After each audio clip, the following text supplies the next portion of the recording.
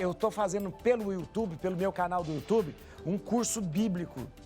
Todo dia, aliás, na verdade, uma leitura com aprofundamento. Sempre as pessoas falavam para mim, padre, pelo amor de Deus, a Bíblia é difícil, padre, eu não consigo ler a Bíblia. Eu fiz uma proposta, nós vamos ler a Bíblia inteirinha.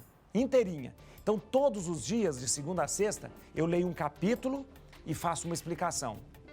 Vamos levar, sabe quanto tempo para ler a Bíblia inteira? 3 anos, 3 anos e meio. São 1898 capítulos. 1898 capítulos da Bíblia toda.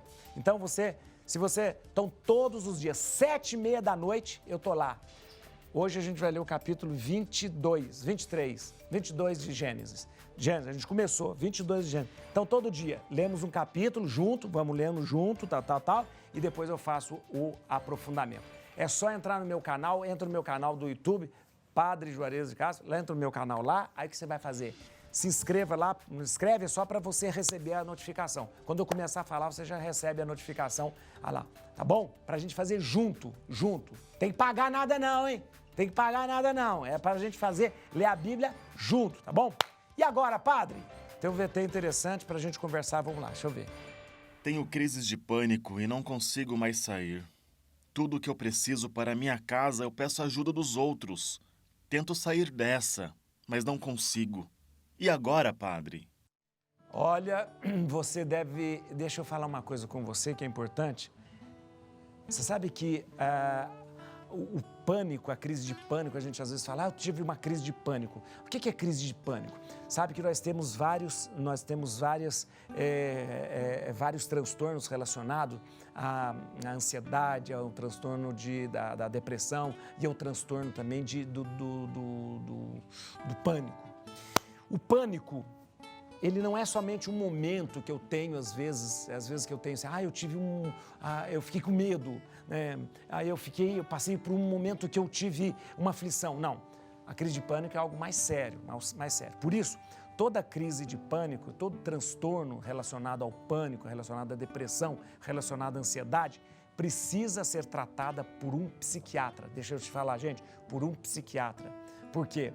Porque muitas vezes eu preciso de um tratamento medicamentoso, ou seja, eu preciso tomar um remédio.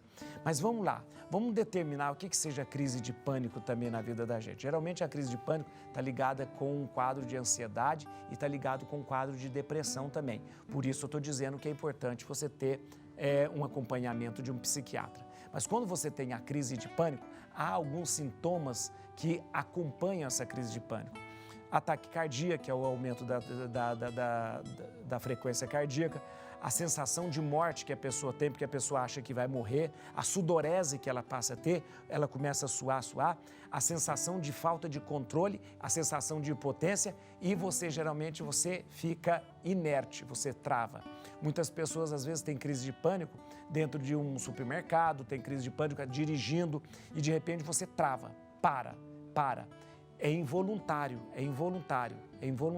porque a pessoa, mesmo que ela queira, tem gente às vezes que vai, no comércio, no supermercado, alguma coisa, de repente está lá e parou. Por quê? Porque essa pessoa vive um transtorno de ansiedade que levou ao pânico. Quando acontecem essas crises, isso é a ponta do iceberg, isso é a ponta. Isso é porque chegou naquele grau máximo. É porque isso já vem há muito tempo. Estresse, depressão, ansiedade, isso tudo, naquele caldeirão na sua vida. E de repente, acontece isso. Eu queria dar uma dica para você. A primeira dica é, claro, tem que procurar um médico e o psiquiatra vai te dar. Você vai tomar remédios, existem remédios específicos para que a pessoa não passe pela crise de pânico, você vai tomar por causa do médico que vai lhe receitar. Mas no momento da crise de pânico, há alguns mecanismos que são importantes você fazer. O primeiro mecanismo e o mais usado é a respiração. Porque geralmente a sudorese, a taquicardia, tudo isso acontece porque, olha que interessante o nosso corpo, porque você, quando passa pela ansiedade, você tem a crise do pânico, um medo infundado. Nós, seres humanos, quando a gente precisa enfrentar algum perigo, o que acontece? Há uma descarga muito grande de adrenalina e cortisol no nosso corpo. Adrenalina e cortisol. E isso, a adrenalina, aumenta o nosso nível cardíaco, de batimento cardíaco, e o cortisol nos prepara justamente para uma luta, para uma guerra. E tudo isso dá essa sensação, né, de que eu estou pronto para enfrentar a maior batalha do mundo. E essa descarga de cortisol e adrenalina, ela acontece no meu corpo e eu preciso eliminar isso. Porque há um medo infundado. Por exemplo, se eu vou enfrentar algum perigo, então é normal que o corpo faça isso. Mas na crise de pânico não existe nenhum perigo. É um perigo imaginário, é um medo imaginário. Então eu preciso controlar isso. Primeira coisa que eu controlo é a respiração. Então eu preciso passar a ter percepção sobre a minha respiração e começar a respirar de modo cadenciado. E daquela forma. Respira uma vez, respira 3 vezes, e assim, você conta 1, 2, 3, 4 e solta 5, 6, 7, 8, 9, 10. Então, você respira profundamente e solta vagarosamente. Por quê? Porque você vai dar cadência na sua respiração, você vai tirar o foco de um medo que não existe e você vai oxigenar o cérebro.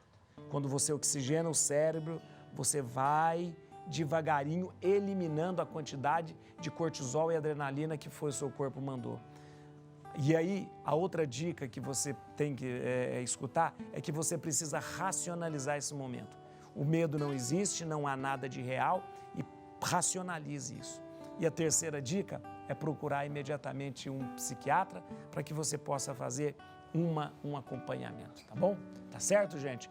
Olha lá, eu tô morrendo de sede, não tem um copo d'água aqui. Olha aqui, não é possível, não.